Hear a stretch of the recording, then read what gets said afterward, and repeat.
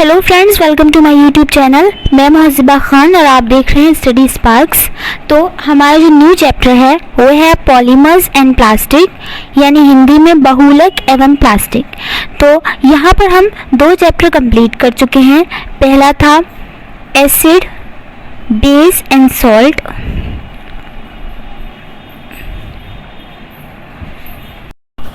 और second chapter जो हमने किया था वो था पेट्रोलियम। ठीक है, अब जो थर्ड चैप्टर है वो है आपका पॉलीमर्स एंड प्लास्टिक। पॉलीमर के बारे में जान लेते हैं। तो पॉलीमर दो वर्ड से मिलकर के बना है, पॉली और मैरिक। तो पॉली का मतलब होता है कि बहुत सारे यानी कि मेनी, और मैरिक का मतलब होता है यूनिट्स यानी कि इकाइयाँ। इस प्रकार से पॉलीमर यानी बहुलक का अर्थ हो गया बहुत सारी इकाइयाँ। ठीक है, यानी कि एक ऐसा कंपाउंड जिसको हिंदी में यौगिक बोलते हैं, जो बहुत सारे छोटे छोटे कंपाउंड से मिलकर के बना होता है। एग्जाम्पल के तौर पर यहाँ पर मैंने एक अच्छा सा एग्जाम्पल दिया, आपको एकदम से कनेक्ट हो जाएगी बात। ये एक मोतियों की माला है, आप लोगों ने सभी ने पहनी भी होगी, देखी भी होगी घरों में। ये एक माला है जो कई सारे मोतियों से मिलकर के बनी है, और ये माला क्या है, पॉलीमर है, और ये मोती मोनोमर है यानी एकलक है। मतलब यानी कि ये जो माला है ये बहुत सारे मोतियों से मिलकर के बन रही है, यानी कि छोटे छोटे कंपाउंड्स यानी छोटे छोटे यौगिकों से मिलकर के बन रही है। इसका मतलब माला तो हो गई आपकी बहुलक, और ये जो छोटे छोटे मोती हैं ये आपके हो गए मोनोमर कहलाते हैं, या हिंदी में इनको एकलक कहा जाता है। जैसे कि एक और एग्जाम्पल ले लेते हैं, स्टार्च एक बहुलक है जो कि बहुत सारे ग्लूकोज कंपाउंड से मिलकर के बना है। ये हम सभी जानते हैं कि स्टार्च के अंदर ग्लूकोज पाया जाता है और वहाँ पर ग्लूकोज की रिपीटेशन होती है। ठीक है, तो स्टार्च एक बहुलक है। तो यहाँ पर एक सवाल इस तरीके से पूछा जा सकता है कि ग्लूकोज का बहुलक कौन है, तो स्टार्च है, या फिर स्टार्च का मोनोमर या एकलक कौन है, तो वो ग्लूकोज है। यहाँ पर कुछ बहुलक है और कुछ उनके मोनोमर यानी कि एकलक हैं। तो पहला हमारा जो पॉलीमर है वो डीएनए और आरएनए है। डीएनए और आरएनए का जो मोनोमर है वो है न्यूक्लियोटाइड। न्यूक्लियोटाइड यानी कि न्यूक्लियोटाइड जो है उसका बहुलक क्या है, डीएनए और आरएनए। प्रोटीन का एमिनो एसिड है। स्टार्च, ग्लाइकोजन या सेल्यूलोज का जो एकलक होता है यानी मोनोमर होता है वो ग्लूकोज होता है। ग्लूकोज के छोटे छोटे यौगिकों से मिलकर के स्टार्च बनता है, ग्लाइकोजन बनता है या सेल्यूलोज बनता है। नेचुरल रबर प्राकृतिक रबर का जो एकलक है यानी मोनोमर है वो है आइसोप्रीन। ओके, यहाँ पर कुछ और भी हैं, इनको भी देख लेते हैं। अब यहाँ आ जाता है सिंथेटिक रबर, संश्लेषित रबर। सिंथेटिक वो होता है जो कि मानव द्वारा निर्मित होती है। ऊपर जो हमने पढ़ी थी वो नेचुरल रबर थी, यहाँ पर इनके बारे में इतना जान लेना ही काफ़ी है। और इसका जो एकलक है यानी कि मोनोमर है वो है आपका क्लोरोप्रीन। और यहाँ पर पीवीसी आ जाती है यानी कि पॉलीविनाइल क्लोराइड होता है, और इसका जो मोनोमर है वो है विनाइल क्लोराइड। पॉलीथीन का जो मोनोमर होता है यानी कि एकलक होता है एथिलीन होता है। ये आपको याद होना चाहिए, ये थोड़ा सा इम्पोर्टेंट रहता है कि एथिलीन है। ये एथिलीन का बहुलक क्या है, तो पॉलीथीन है, और पॉलीथीन का मोनोमर यानी कि एकलक क्या है, तो एथिलीन है। अब यहाँ पर फाइबर्स के बारे में डिस्कशन कर लेते हैं। फाइबर्स, ये जिनको हिंदी में बोला जाता है रेशे, पतले धागों से एक संरचना या रचना होती है जिसके द्वारा कपड़े बनाए जाते हैं। बहुत ही आसान लैंग्वेज में मैंने यहाँ पर आपको रेशे की डेफिनेशन लिख दी है कि एक पतले धागों की रचना होती है जिसके द्वारा कपड़े बनाए जाते हैं। फाइबर्स या रेशे कहलाते हैं। टाइप्स ऑफ फाइबर्स यानी रेशों के प्रकार के बारे में अगर डिस्कशन कर लें तो रेशे दो प्रकार के होते हैं। एक होते हैं प्राकृतिक फाइबर्स, दूसरे होते हैं सिंथेटिक फाइबर्स।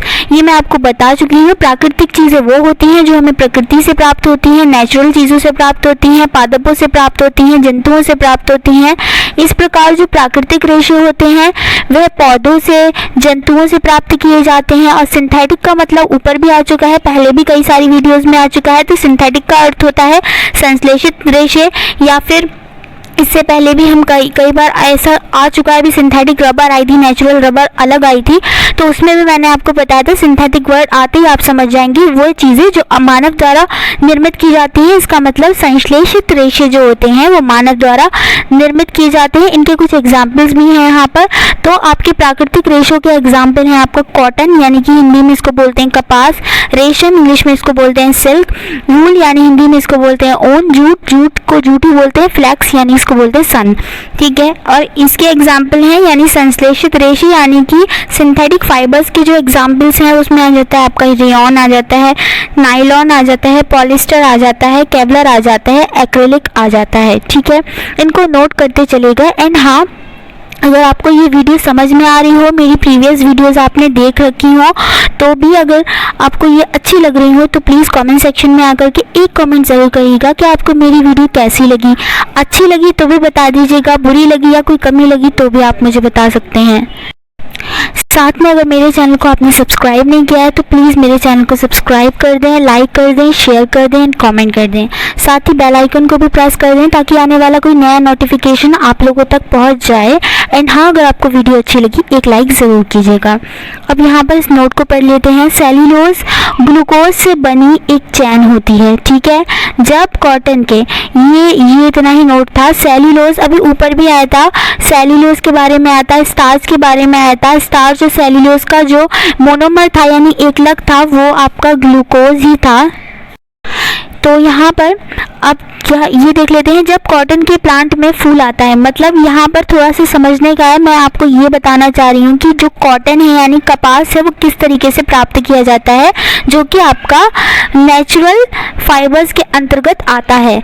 जब कॉटन के पौधे में या प्लांट में फूल आता है, ठीक है, उसके बाद फल आता है और फल जब परिपक्व हो जाता है एक नींबू के आकार जितना बड़ा होता है और ये परिपक्व होने पर फट सा जाता है और फटने के बाद ये फल के फटने से फल के बीज का जो छिलका होता है वही आपकी फाइबर होती है, यानी कि वही आपकी कॉटन की फाइबर होती है, वही आपकी कपास की फाइबर होती है।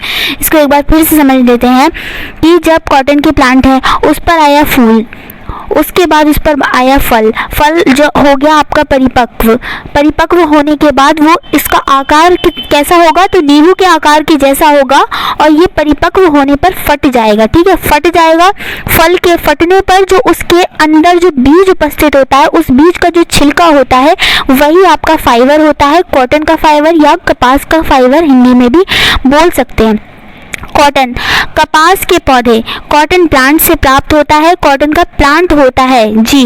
नेचुरल जो है नेचुरल फाइबर है ये और कॉटन का प्लांट होता है यानी कपास का प्लांट होता है और इसके सीड कोट यानी कि बीज के चोल बोला जाता है, जिसको मैं बोल रही थी कि बीज का छिलका, आपको आम भाषा में समझाने के लिए उस भाग से प्राप्त किया जा सकता है। यहाँ से क्वेश्चन भी बनने की संभावना रहती है कि कॉटन कहाँ से प्राप्त किया जाता है, तो ये तो बहुत डायरेक्ट क्वेश्चन हो गया कि ये तो मोस्टली लोगों को पता हो जाता है कॉटन का एक प्लांट होता है, वहाँ से कॉटन का फाइबर प्राप्त किया जाता है, लेकिन उसके कौन से भाग से प्राप्त किया जा सकता है, तो आप लगाएंगे बीज चोल या बीज का छिलका, जिसको इंग्लिश में बोलते हैं आपका सीड कोट। आप स्क्रीन पर देख सकते हैं ये होता है आपका कॉटन का प्लांट और इसमें इस तरीके से ये होता है फूल, जिसकी बात की जा रही थी कि फूल फट जाता है, फिर वहाँ से उसके जो अंदर बीज उपस्थित होता है उसका जो छिलका होता है यही वो छिलका होता है, यही आपकी कॉटन होती है, ये कॉटन का प्लांट है। अब आ जाते हैं वूल यानी कि ऊन पर और ये कैसे प्राप्त होती है, ये भी आपका नेचुरल फाइबर का एग्जाम्पल है। ये भेड़ से प्राप्त होती है, ऊंट से प्राप्त होती है, याक से, लामा से प्राप्त की जाती है। पश्मीना के बारे में सीटेट में बहुत क्वेश्चन पूछा जाता है, चाहे वो आपकी साइंस रहती है चाहे वो आपकी सोशल साइंस रहती हो।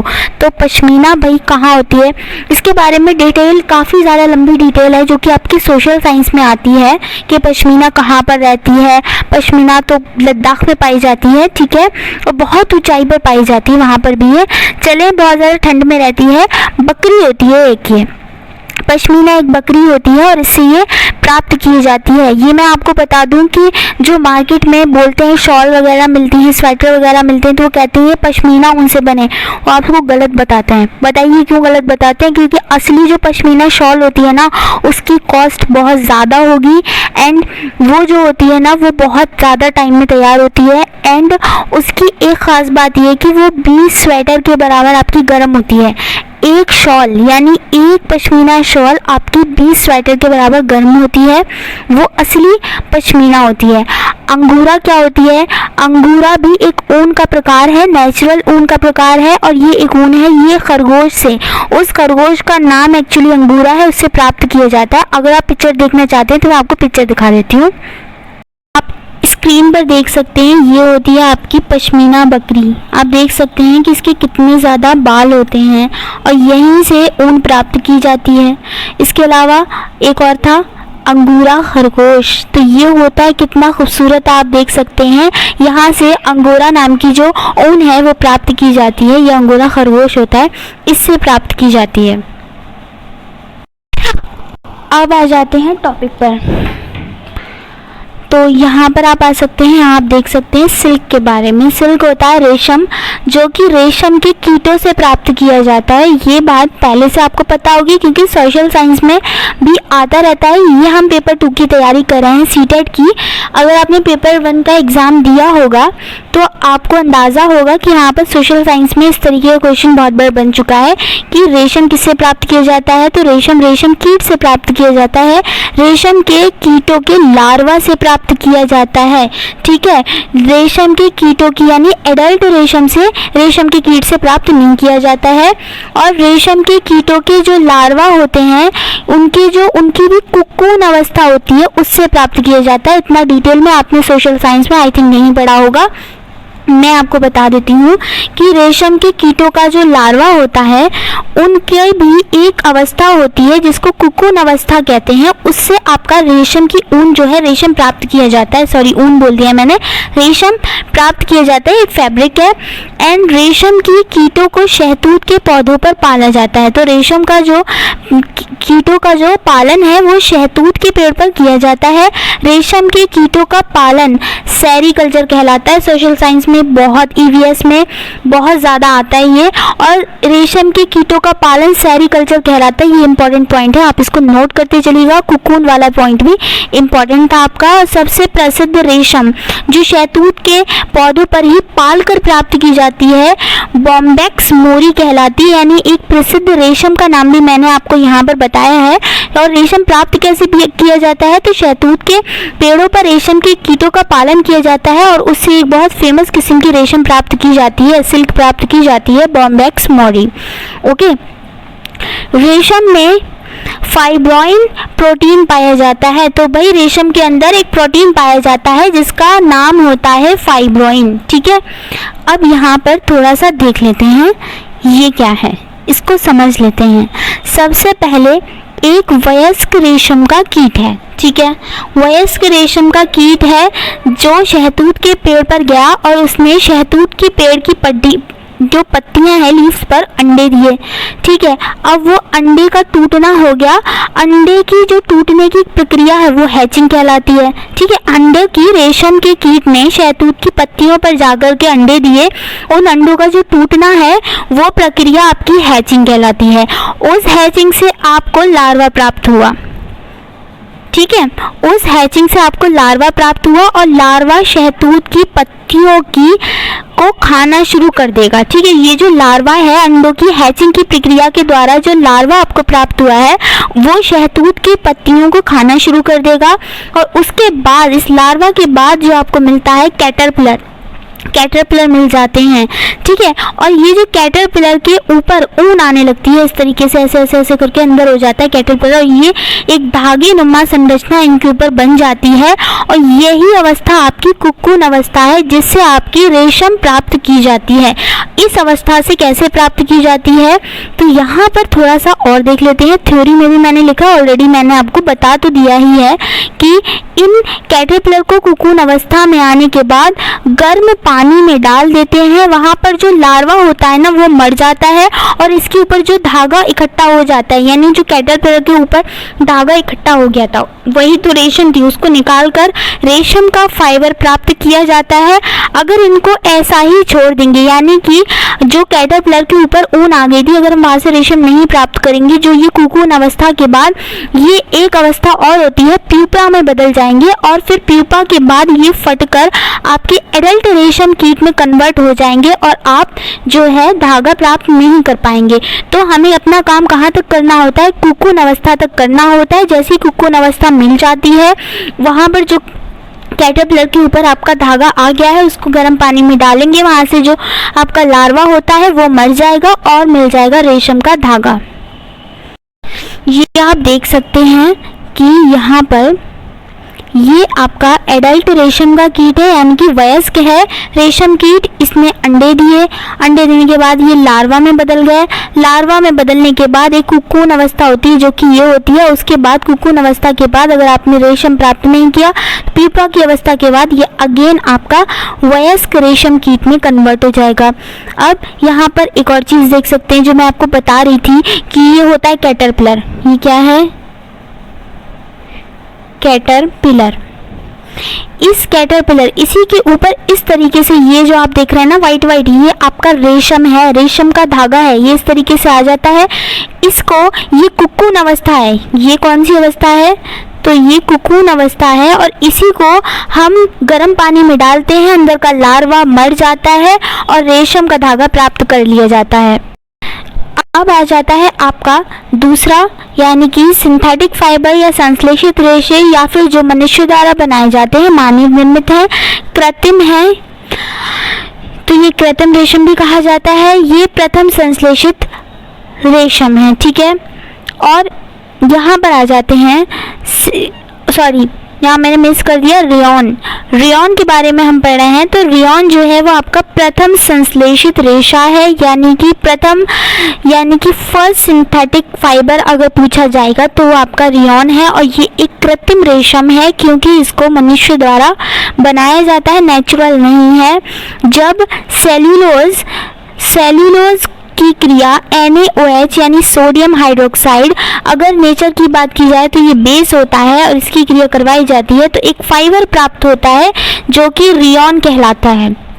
सेल्यूलोज के बारे में थोड़ी सी बात कर लेते हैं। ये क्या लिखा है, लकड़ी की लुगदी, ठीक है, लकड़ी की लुगदी यानी क्या होता है इसके बारे में पढ़ लेते हैं। सेल्यूलोज पर NaOH की क्रिया करने पर रियोन प्राप्त किया जाता है। सेल्यूलोज लकड़ी से प्राप्त किया जाता है। लकड़ी की लुगदी जो लिखा है ना, वुड पल्प यानी कि लकड़ी की लुगदी, लकड़ी का थोड़ा छोटे छोटे ऐसे करके प्राप्त किया जाता है। रियोन पूरी प्रकार से प्राकृतिक फाइबर नहीं है।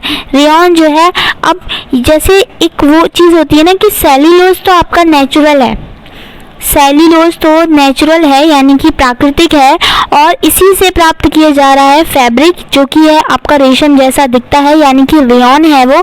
तो ये हम लिख सकते हैं कि रेयॉन जो है वो पूरी तरीके से प्राकृतिक फाइबर नहीं है क्योंकि उसमें NaOH की भी तो क्रिया करवाई गई है और NaOH क्या है, क्षार है, ठीक है।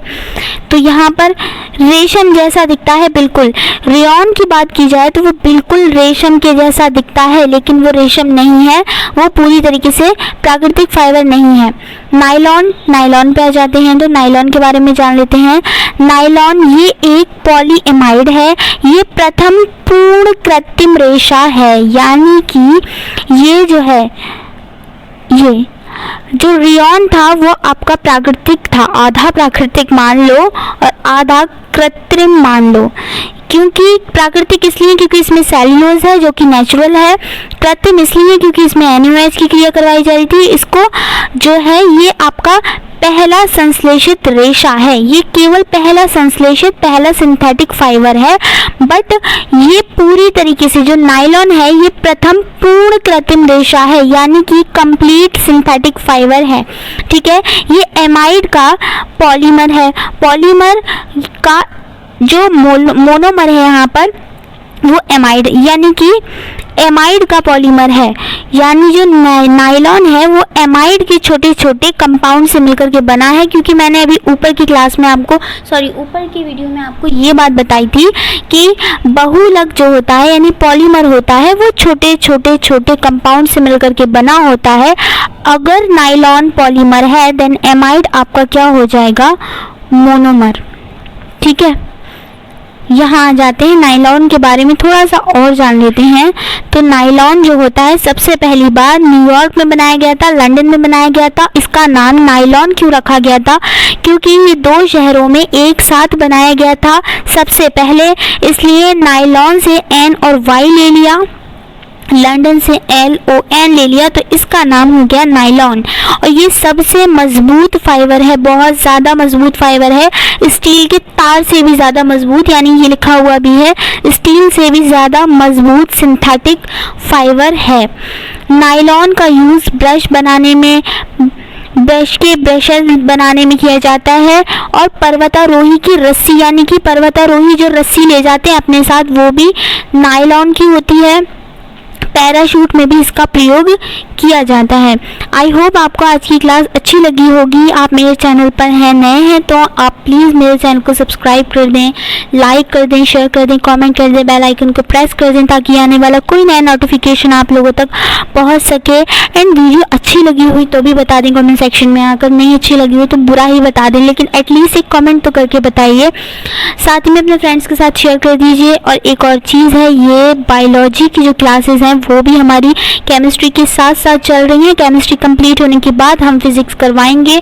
ये मैं आपको पहले भी कई सारी वीडियोस में बता चुकी हूँ कि यहाँ पर हम NCERT कवर कर रहे हैं, NCERT का एडवांस लेवल हम कवर कर रहे हैं। जितने भी क्वेश्चन सीटेट में बनने के चांसेस हैं, सीटेट में आ चुके हैं जिस टाइप के क्वेश्चंस, वो भी हम करेंगे। और जितने टॉपिक हमारे लिए बहुत ज़्यादा इम्पॉर्टेंट हैं वो भी हम करेंगे। और जितना सिलेबस बनता है सारा कंप्लीट करेंगे। तब तक के लिए गुड बाय।